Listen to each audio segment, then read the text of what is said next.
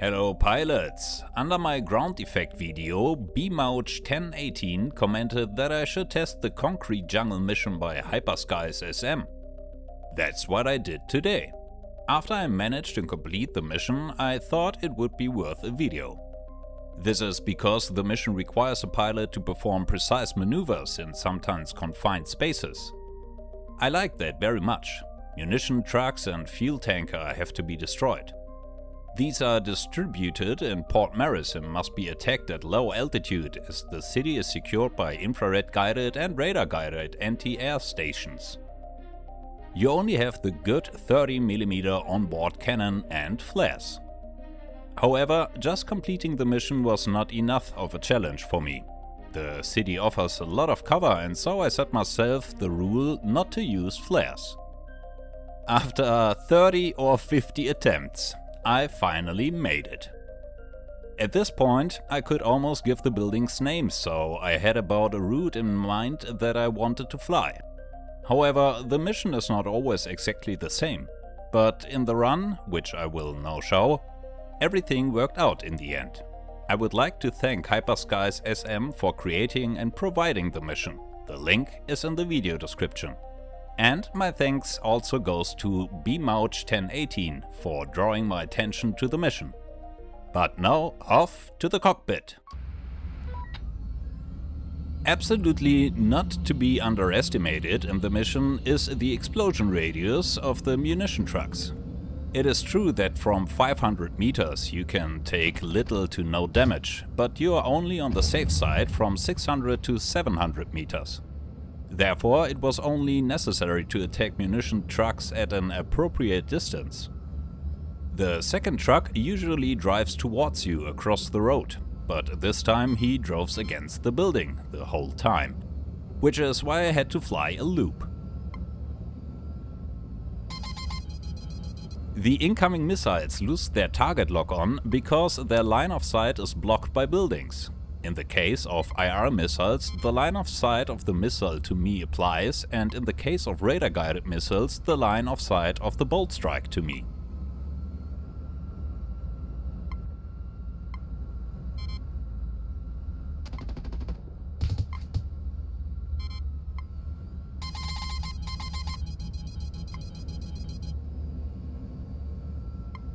I spend a lot of time in Port Maris because I enjoy flying with the chicane there, so the urban canyons are familiar to me, which helped me to find my way better into the mission.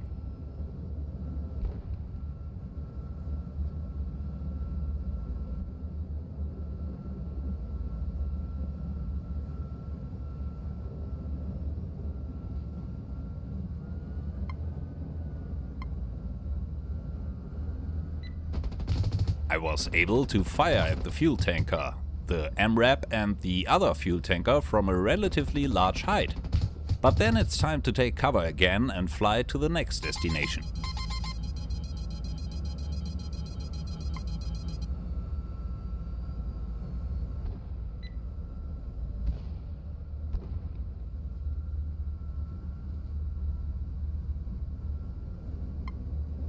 In this run, I saved myself from doing spectacular maneuvers under the bridges.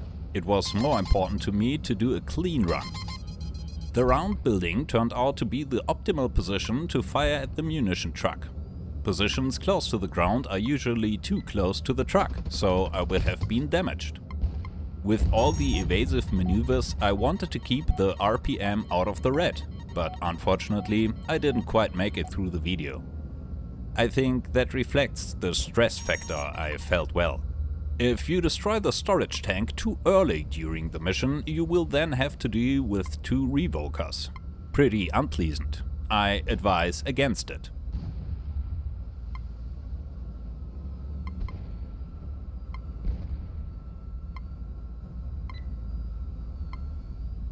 The next ammo truck would be easy to take out if it weren't for its blast radius. Fun fact, ammunition trucks only explode when you hit the load. If the projectile hit the driver's cab of the truck, it only bursts into flames. But since I'm not yet accurate enough with the target acquisition and it hits here and there, I played it safe. The mission is a good exercise to train your perception of the minimap. Knowing where an incoming missile is coming from can help you find the right cover, just to break the line of sight. Admittedly, I sometimes find it too overloaded in an escalation game to be able to see the small red flashing missile on the minimap. Maybe this will be optimized a bit.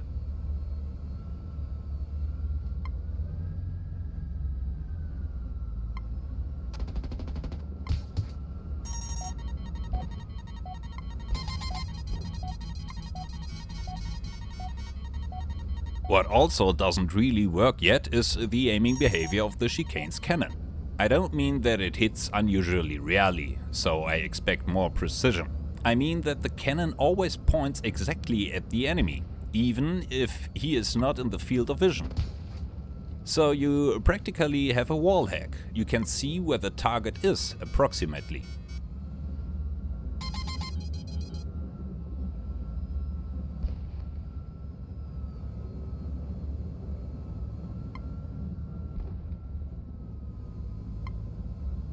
For me, it was crucial for the success of the mission to always approach the targets in such a way that I had good cover or could quickly disappear behind cover in an emergency. Basically, it's also a good idea for a real battle.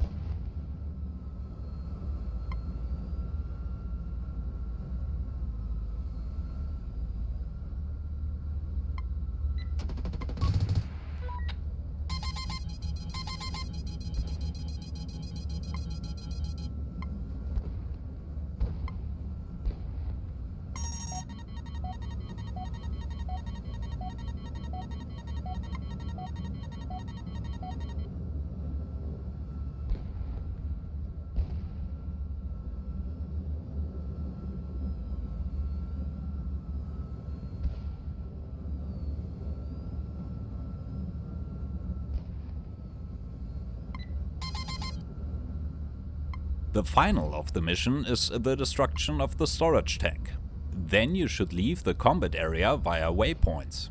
I also failed several times in this section, because I couldn't avoid the missiles.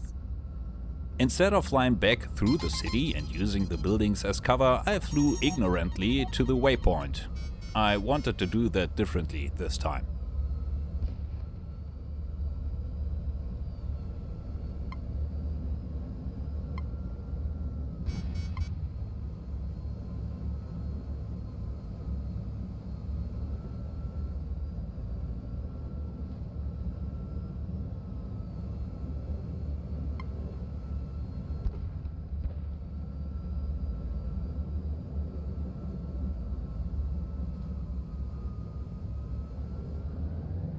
I suspect that the destruction of the storage tank will spawn 2 revokers that will make their way to one.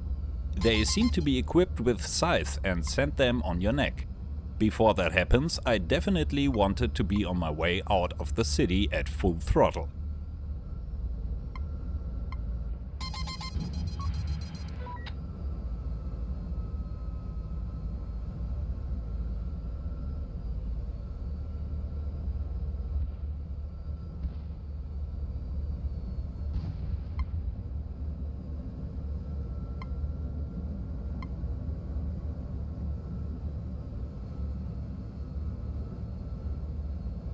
So I enjoyed the mission for hours. In the end, it took 7 minutes, but it took me a lot of attempts until I was finally satisfied. I can highly recommend the mission and wish all curious pilots a lot of fun trying it out. By the way, Happy New Year! And don't forget, fly safe.